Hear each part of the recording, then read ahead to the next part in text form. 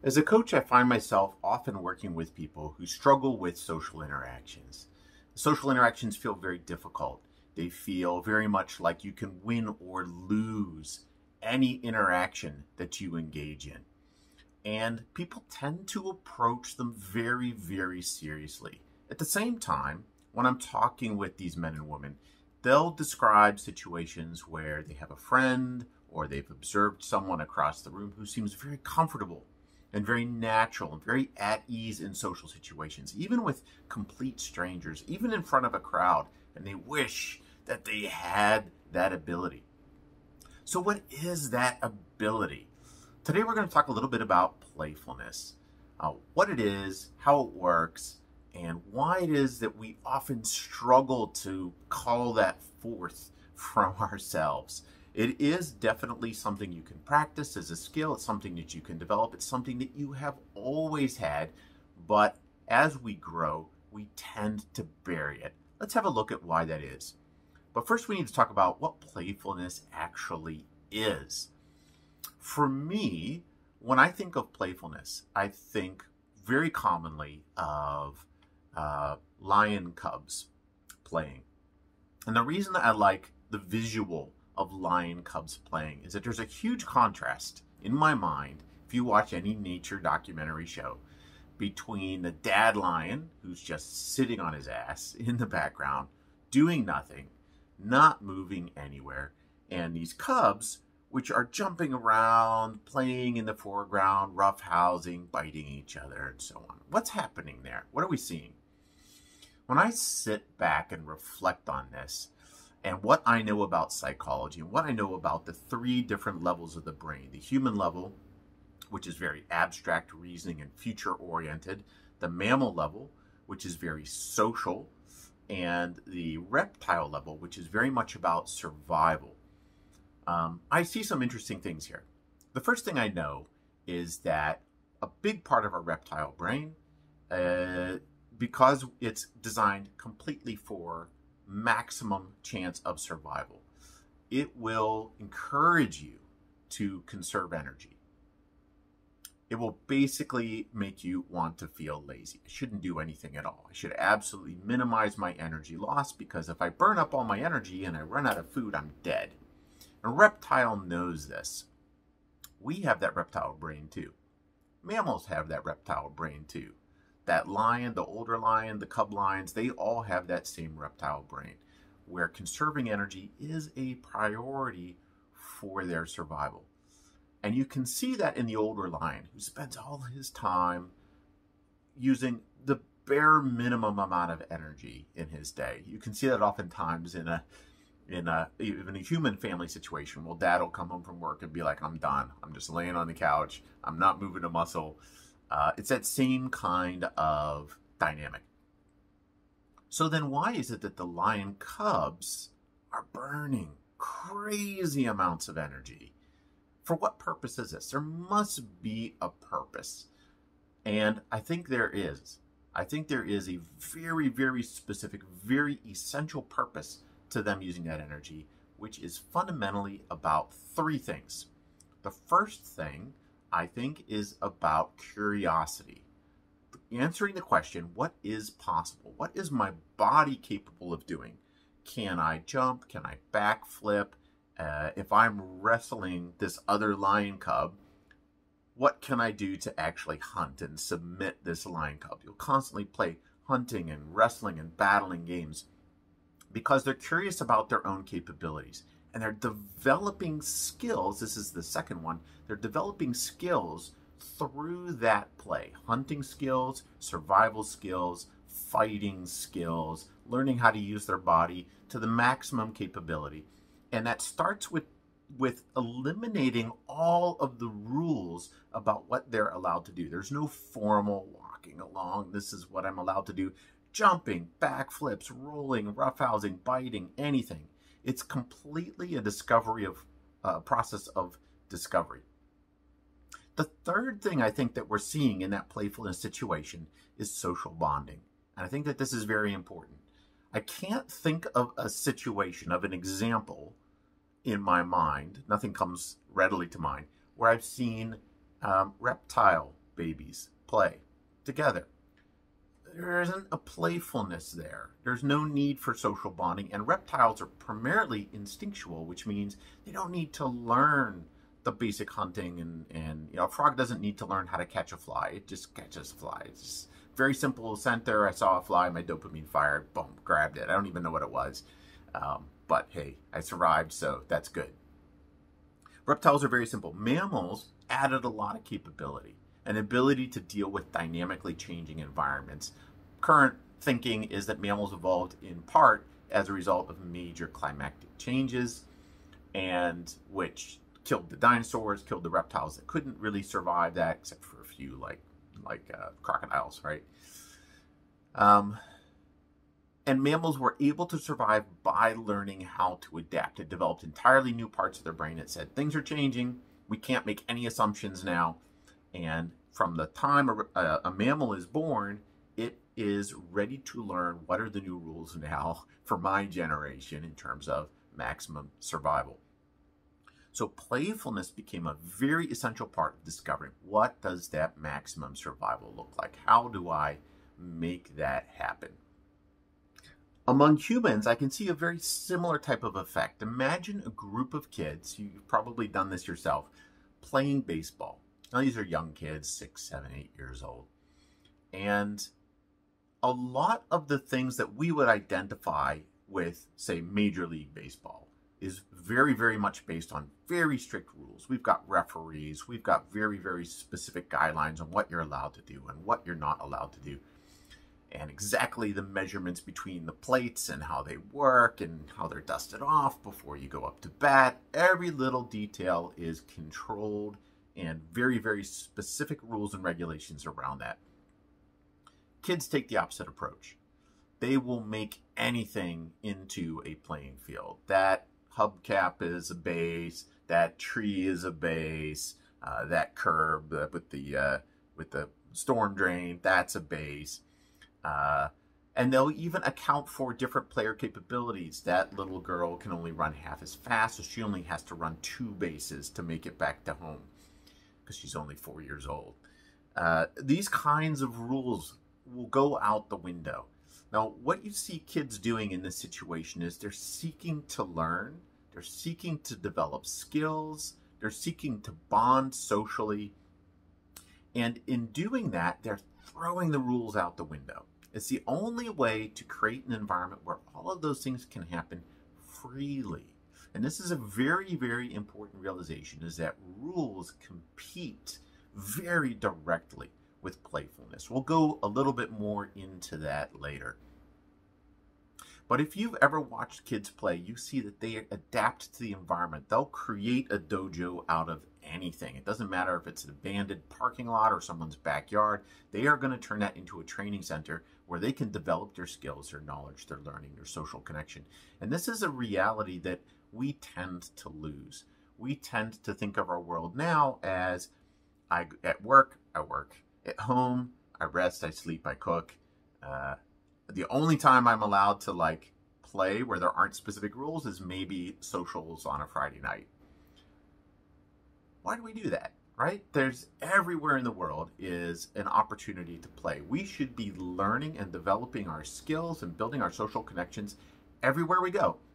Let's talk about what it takes to be playful. There are 3 key things that I've identified. The first one is completely letting go of any outcomes. There cannot be a winning and a losing in any kind of serious sense, or it stops being a game. The moment you have an objective and there's a win-loss scenario here, playfulness goes out the window because you've now got a very specific objective, and the only way to get there is to take the straight and narrow path. Otherwise, you're going to lose, right? If one kid is playing baseball by the rules of baseball and the other kid is just goofing off, there's only one kid that can win, right? So lion cubs, when they wrestle, neither of them is going to actually be the victor. That would break the social connection. I dominate you. Now I'm bullying you, right? It would also mean that they can no longer learn together. If one of them is constantly dominating the other, the playfulness goes out the window. this is no longer a learning interaction for either of them, and playfulness is gone. So that mindset of there is no objective here other than learning. Okay, learning and the skills development and the social connection, those are my objectives. Winning and losing, not an objective. Getting anything, like externally, like an award or appreciation, not an objective. Playfulness is its own thing. The second thing is that I noticed in all playful interactions is that there is a central goal, which is to have fun. Now, this is a slightly ambiguous one, but I think there's actually quite a bit of neurological science behind it. And I'm going to describe it like this. When you're having fun, something is happening. You're experiencing a positive emotion, a kind of joy, which I would describe as a reward that your brain gives you for learning, for developing your skills, for exploring, for being curious. And I think it's dopamine based. Your brain knows that this is good for you. You learn something new, you experience something new, you'll get that reward. Now, it may be that in a natural sense for mammals, that reward is stronger in our youngest, at our youngest ages. So as children and as cubs, perhaps we get a lot more dopamine for playful actions. Whereas as an adult, it might just be, this is wasteful. And our brain may not reward us as much. That may actually be wired into your brain, so consider that. But here's the reality. We're humans. And as humans, we need to consider the fact that we can constantly be learning and developing new important things and skills in our lives. For a lion, once I know how to hunt, once I know how to survive, once I know how to mate, once I know how to protect my tribe, I'm done. That's all I'm going to learn. As humans, learning is a lifelong adventure. Skills development is a lifelong adventure. So there is never a point at which you want to stop being playful. And this is why I like to describe playfulness as a decision, as a skill that you develop, rather than just as a temperament that kids have and adults generally don't. So I want you to consider that. The third thing in playful interactions is the social element. Now, I believe you can absolutely be playful all by yourself. There are a lot of great scientists and technologists and philosophers that can just sit there and be playful with their own thoughts and their own. A woodworker can be playful at their workbench, creating new things. A musician can be playful with an instrument with no one else around. But I do think that one of the key objectives of being playful is that social bonding and interaction, and that quite often we benefit, we can improve the playfulness experience by having others around. Take that same musician, put them in a group of other musicians, now they're feeding off each other. They're getting feedback and they're getting ideas constantly, right? Same for that woodworker, being with other woodworkers. Oh, that's interesting. What kind of glue are you using there? What's that tool? Or, that's a great technique. Can you show me how you do that? There's an increase in the amount you can learn. There's an increase in the skills you can develop, and the social bonding that you get in that situation is a bonus as well. So 3 key things: completely let go of outcomes, absolutely central. Find a way to have fun, which means seek that reward. Your brain will guide you to the things that will benefit you most. The skills that you're developing, the social connections you're developing, you'll have more fun the better those are, and your brain can guide you there. So look for that feeling of, I'm really enjoying this. That's quite central to playfulness.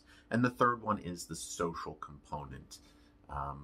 Seek that in your playful interactions. If you want to learn how to do acrobatics because you want to develop strength in your body, do it with a group. If you want to learn to be more flexible, join a yoga class rather than doing it only on your back studio.